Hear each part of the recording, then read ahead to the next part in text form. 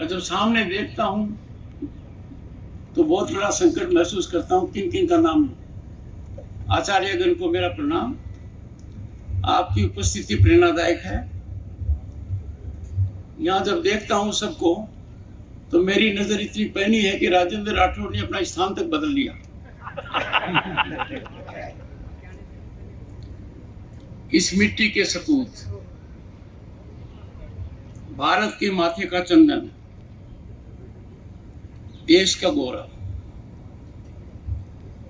स्वर्गीय श्री भैरू सिंह शेखावत जी, इस अवसर पर, उनकी जयंती पर, उसी पद पर विराजमान व्यक्ति आपके सामने उपस्थित है। और सबसे महत्वपूर्ण यह है कि मैंने जीवन में कभी कल्पना नहीं की थी कि मुझे इतना गौरव मिलेगा कि जिस व्यक्ति ने मुझे राजनीति में प्रवेश कराया, मेरा हाथ पकड़ा, मुझे दिशा दी, दर्शन सिखाया और हर मौके पर ऐसा योगदान किया कि मैं उस स्थान पर पहुंच गया जहां वो विराजमान थे। इस पूरी घटनाक्रम के बहुत से लोग साक्षी हैं। मेरे जीवन में दो लोगों का बहुत बड़ा महत्व है, माननीय भैरू सिंह शेखावत जी और चौधरी देवीलाल जी। दोनों का मिट्टी से लगाव रहा है, आम आदमी से जुड़ाव रहा है, निष्कलंक उनका जीवन रहा है और दोनों ने अपने राजनीतिक जीवन में एक बहुत बड़ी पोद खड़ी की है। मैं उसका छोटा सा पत्ता हूं। मैं आज सबसे पहले भारतीय सेना के पराक्रम को सलाम करूंगा। विश्व स्तर पर एक नया मानदंड रखा गया है। शांति का ध्यान रखते हुए आतंकवाद पर चोट करना ये लक्ष्य रहा है और ये पहली बार हुआ है कि जैश ए मोहम्मद और लश्कर तोयबा के ठिकानों पर अंतरराष्ट्रीय सीमा के अंदर जाकर उनके सबसे प्रभावी प्रांत में सटीक चोट, जिसका प्रमाण विश्व में कोई नहीं मांग रहा है। पूरी दुनिया ने देखा कि भारत की शक्ति कितनी ताकत है। भारत ने दुनिया को एक बहुत बड़ा संदेश दिया है और वो संदेश है कि अब से एक बड़ा बदलाव आया है। आतंकवाद को बर्दाश्त नहीं करेंगे, क्योंकि आतंकवाद किसी देश के लिए नहीं, दुनिया के लिए चिंता का विषय है। मैं एक और बात बताना चाहता हूं। भारत ने सेना की ही लड़ाई नहीं लड़ी है, प्रधानमंत्री के नेतृत्व में एक बहुत बड़ी कूटनीतिक लड़ाई भी लड़ी है और जीती है। इंडस वाटर ट्रीटी रोक दिया गया। देश और दुनिया को संदेश दिया गया, इस पर कोई विचार नहीं होगा जब तक हालात भारत की दृष्टि से सामान्य नहीं होते। इतनी बड़ी पहल की कभी न तो सोचा गया था, न विचार किया गया था। पर इसकी शुरुआत कब हुई? सबसे पहले भारत ने अपनी ताकत दिखाने के लिए राजस्थान की भूमि पर मई के महीने में पोखरण 2 किया। अटल बिहारी वाजपेयी देश के प्रधानमंत्री थे, माननीय भैरू सिंह शेखावत राजस्थान के मुख्यमंत्री थे। तब जाकर वो महारत हासिल हुई थी। नतीजा ये हुआ कि जब छेड़खानी हुई पहलगाम के अंदर, ऐसे मौके पर हुई कि दुनिया भारत का लोहा मान रही थी। अर्थव्यवस्था में हमने बहुत बड़ी छलांग लगाई थी। आज हम विश्व की चौथी महाशक्ति हैं, तीसरी महाशक्ति बनने जा रहे हैं। पर प्रधानमंत्री को जब लगा कि भारत की अस्मिता को लटकाया गया है, उन्होंने बिहार की भूमि से दुनिया को संदेश दिया और उस संदेश पर पूरी तरह खरे उतरे। दुनिया ने देखा हमारे आकाश का क्या मतलब है, दुनिया ने देखा ब्रह्मोस का क्या मतलब है, दुनिया ने उस ताकत को पहचाना है। इसीलिए मैं राजस्थान की भूमि से, वीरों की भूमि से बड़ा भावुक चित्र है। माननीय चंद्रशेखर जी हैं, नानाजी देशमुख हैं, जयप्रकाश नारायण हैं और भैरू सिंह शेखावत जी उनको अंत्योदय बता रहे हैं। इसकी शुरुआत की उन्होंने राज्यसभा के सभापति की हैसियत से भैरू सिंह शेखावत ने, महान व्यक्तित्व ने पारदर्शिता का नया मापदंड हासिल किया। उन्होंने सभी संसद सदस्यों को इस बात के लिए बाधित किया कि वो अपने एसेट्स को डिक्लेयर करें। यह शुरुआत माननीय भैरू सिंह जी ने की। ये बहुत बड़ी शुरुआत है। भैरू सिंह जी का परिचय किसी पद से हो ही नहीं सकता। चाहे 3 बार राजस्थान के मुख्यमंत्री हों, अनेक बार विधायक रहे हों, और बहुत कम लोगों को ध्यान है इस बात का कि वो विधानसभा के सदस्य तो रहे, वो राज्यसभा के सदस्य भी रहे। मध्य प्रदेश से निर्वाचित हुए थे। जब व्यक्ति संबंधों की बात करता हूं तो मेरे पल में वो बातें आती हैं, मेरे जहन में आती हैं, जहां माननीय भैरू सिंह जी ने, जब मैं अनिश्चय की स्थिति में था, कहा झुंझुनू से चुनाव लड़ो। जब मैं हताश हो गया था कि शायद मंत्री परिषद में मेरा नाम न आए, उन्होंने बहुत बड़ी ताकत दी। पर उसके बाद कोई ऐसा वर्ष नहीं गया जब मैं उनके दर्शन करने नहीं गया। हर वर्ष, हर महीने, और कुछ न कुछ सीख कर आया। पर सबसे बड़ी सीख उनकी पुस्तकों में थी। And I can tell you, पुस्तकों के अलावा राजेंद्र राठौर साक्षी इस बात की, किस अखबार में कब क्या छपा, किसके बारे में क्या छपा, उनका बहुत बड़ा खजाना था इस बारे में। तकनीकी युग नहीं था उस समय, पर उनकी कार्यशैली ऐसी थी मानो वो तकनीकी उनके पास अपने पे पहले आ गई थी, समय से पहले आ गई थी। जब मैं पुस्तकालय को देख रहा था, मुझे लगा कि उनके पुत्र ने एक बहुत अच्छा काम किया। मैंने फोन किया और मैंने कहा सबसे बड़ी श्रद्धांजलि स्वर्गीय भैरू सिंह शेखावत जी को एक है, और वो है पुस्तकों से प्रेम। पुस्तकों के अलावा शायद ही कोई व्यक्ति स्वतंत्र भारत में रहा होगा जिसका लोगों से इतना मिलना जुलना था, और हर व्यक्ति से वो सटीक बात करते थे। किसी भी वर्ग का व्यक्ति हो, मिलाप चंद डांडिया जी हैं, जैन साहब बैठे हैं, और मुझे संजीव श्रीवास्तव जी भी दिखाई दे रहे थे।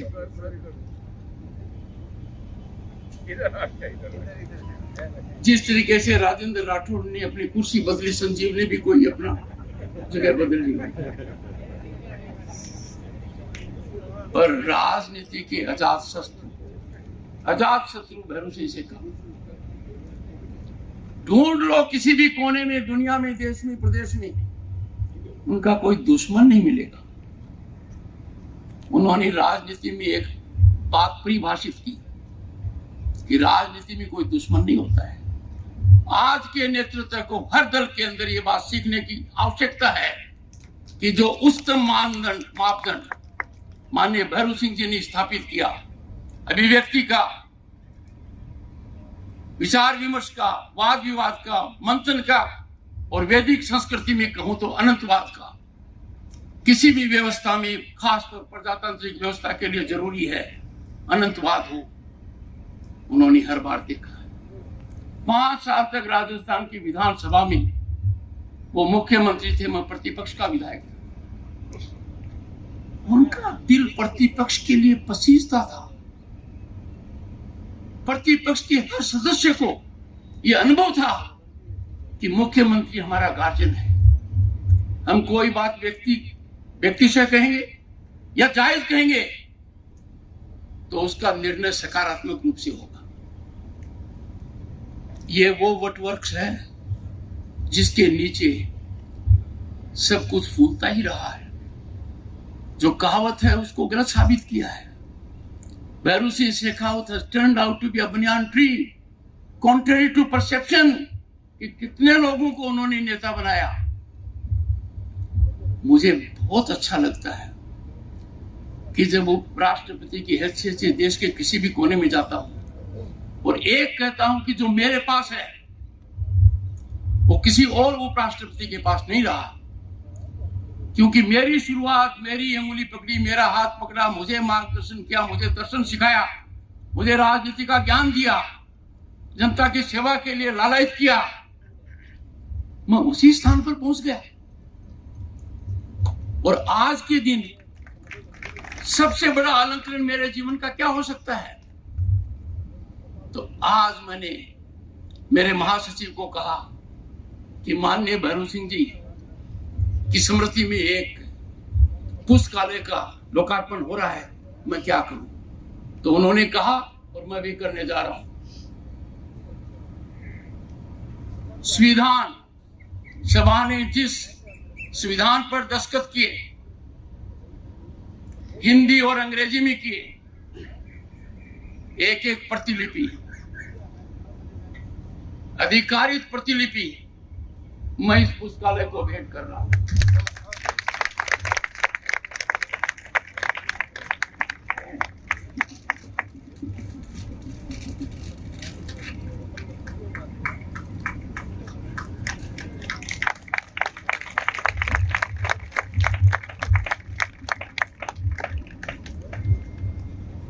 इसमें वो सब चित्र हैं जो भारतीय संस्कृति को 5000 साल की जो हमारी विरासत है, अमूल्य है, और सिविलाइजेशनल इथोस, वो सब के सब इसमें दर्शाए गए हैं।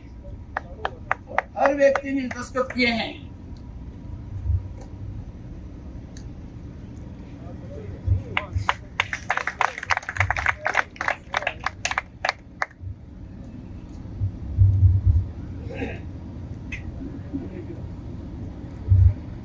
बेटा, हिंदी का मान रखते हुए, क्योंकि भारतीय संविधान में लिखा गया है कि समय के साथ हिंदी का उपयोग बढ़ना चाहिए, अंग्रेजी का कम होना चाहिए, पर अंग्रेजी की प्रतिलिपि भी आपको दी जा रही है।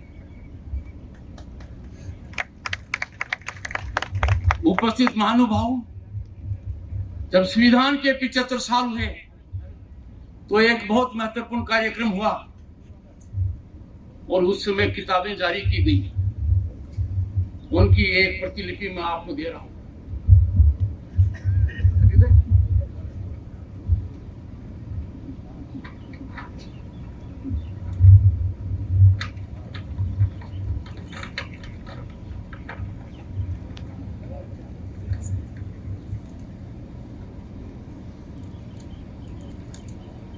उस समय एक ऐतिहासिक पल भी आया और एक कॉमेमोरेटिव कॉइन जारी किया गया।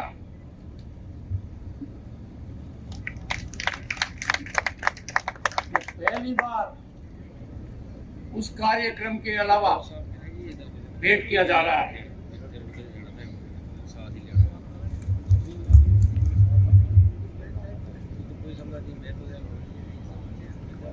जो भारतीय संस्कृति को 5000 साल की जो हमारी विरासत है, अमूल्य है, और सिविलाइजेशनल इथोस, वो सब के सब इसमें दर्शाए गए हैं।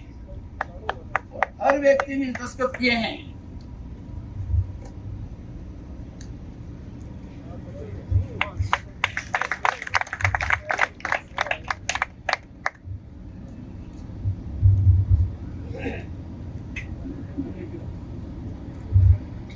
बेटा,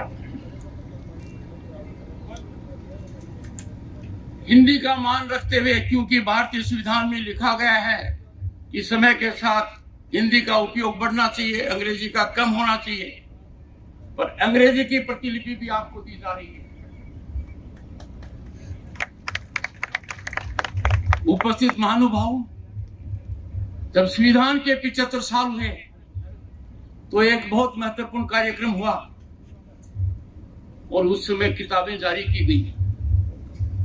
उनकी एक प्रतिलिपि मैं आपको दे रहा हूं।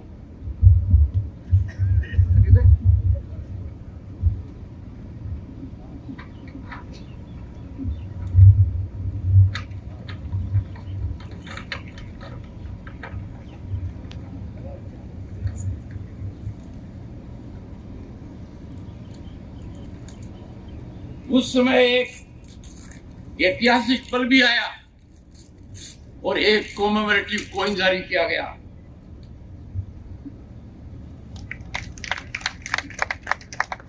पहली बार उस कार्यक्रम के अलावा भेंट किया जा रहा है।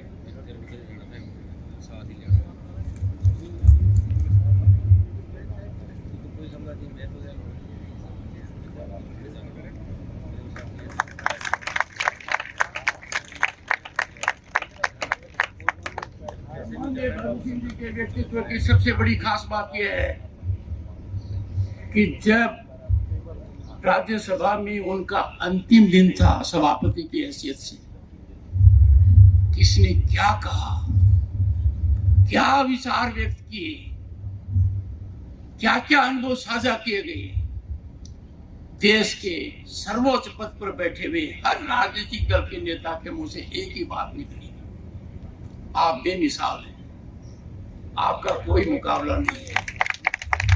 आपने सबको एक नजर से देखा है।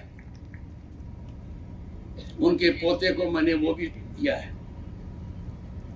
पर भारतीय संसद की जो लाइब्रेरी है, खजाना है, उससे इस लाइब्रेरी को हम लिंक करेंगे।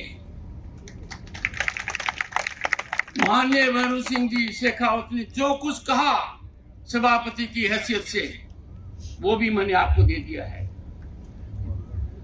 राज्यसभा सेक्रेटेरिएट इस बात का ध्यान देगा कि हर परिस्थिति में जो भी व्यक्ति इस पुस्तकालय में आए वो देख पाएगा सही मायने में माननीय भगत सिंह जी का क्या योगदान रहा है देश के लिए, प्रांत के लिए और विश्व के लिए। समय की पाबंदी को ध्यान में रखते हुए मैं क्षमा प्रार्थी हूं कि मेरे सामने वो लोग बैठे हैं जिनका नाम मुझे लेना चाहिए। उन्होंने मुझे राजनीति में बहुत ज्ञान दिया है।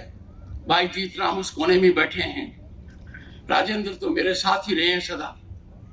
उन सबका मैं क्षमा प्रार्थी हूं और मैं यहाँ से ऊर्जा लेकर जा रहा हूं, एक संकल्प लेकर जा रहा हूं कि जन कल्याण और जन सेवा करने के लिए कोई सीमा नहीं है। हम भारतीय हैं, भारतीयता हमारी पहचान है, राष्ट्रवाद हमारा धर्म है, राष्ट्र सर्वोपरि है। राष्ट्र हित से ऊपर कोई हित नहीं हो सकता, न राजनीतिक हो सकता, न आर्थिक हो सकता। और हर भारतीय को इस बात का बोध होना चाहिए कि जब राष्ट्र की कोई बात आती है तो हमें राष्ट्र के अलावा और कुछ नहीं दिखना चाहिए। बहुत बहुत धन्यवाद।